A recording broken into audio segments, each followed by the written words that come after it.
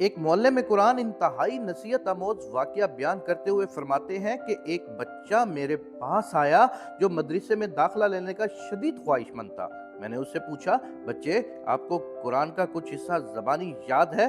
बच्चे ने कहा, जी सर, मैंने उसका इम्तहान लेते हुए कहा, फिर आप मुझे 30वां पारा सुनाए। उसने मुझे 30वां पारा जबानी सुना दिया। मैंने पूछा, आपको सूरह मुल्क भी याद है? उसने मुझे सूरह मुल्क भी सुना दी।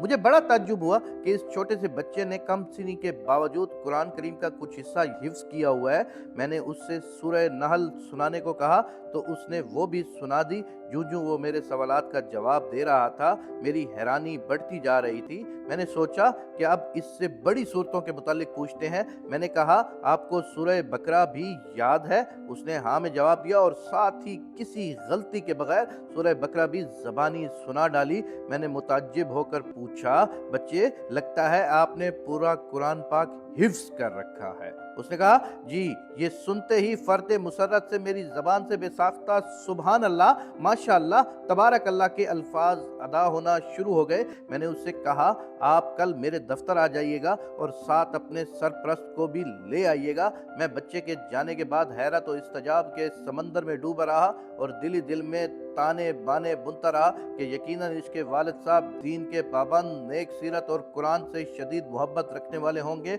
जिसके नतीजे में उसने अपने बच्चे को इतनी छोटी सी उम्र में कुरान पाक याद करवा दिया है। मुझे उस वक़्त हैरानी का शदीद झटका लगा जब वो कल सुबह अपने वालिद साहब को लेकर आया तो उसके वालिद साहब ज़ाहिरी शक्ल सूरत से बिल्कुल भी मतबए सुन्नत और पाबंदे शरीयत नहीं लग रहे थे। उस बच्चे के बाप ने मेरी परेशानी और इस्तजाब को भांप लिया और फौरन बोला, मैं जानता हूँ कि आप मेरे इस बच्चे के वालिद होने की वजह से हैरान और शशदर हो रहे हैं।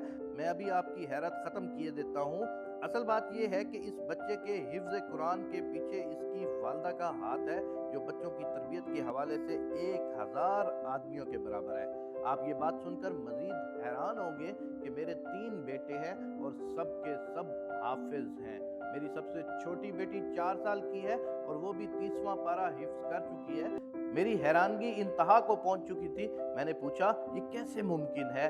4 साल की बच्ची ने 30वां पारा कैसे याद कर लिया? उसने जवाब दिया, बच्चों की वालदा का तरीकाकार ये है कि जब बच्चा बोलना शुरू करता है तो वो उसे कुरान याद करवाना और हिफ्ज़ कुरान का शौक दिलाना शुरू कर देती है।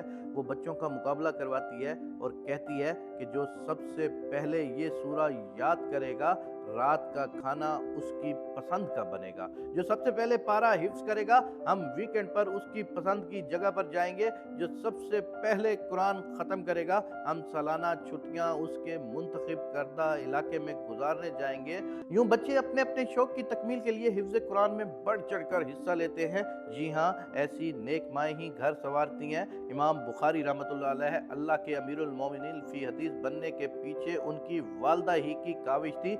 इमाम शाफी रहमतुल्लाह अलैह के अजीम फ़कीह और मुहद्दिस बनने के पीछे उनकी वालदा माजिदा की जहूद व मसूद थी। इमाम मालिक रहमतुल्लाह अलैह के इमाम दार अल जहरा के मनसब आली पर फायज होने के पीछे उनकी वालदा मुहतरमा थी। इमाम अहमद बिन हम्बल के इमाम अहले सुन्ना व अल जमात का लक़ब हासिल करने के पीछे उनकी वालदा मुहतरमा की मेहनतें थी। याद रखिए, नेक और साले औरत निस्फ मुआशरा नहीं होती, बल्कि मुआशरे की बुनियाद और सतून होती है। मेरी उम्मत की माओं को मुआशरे को कारामद और दीन के नूर से रास्ता अफराद फराम करने के लिए उम्मत बनने की ज़रूरत है। अगर माएँ उम्मत बनने का तहैया कर लें तो कौम को बाम मरूज पर पहुँचने से कोई नहीं रोक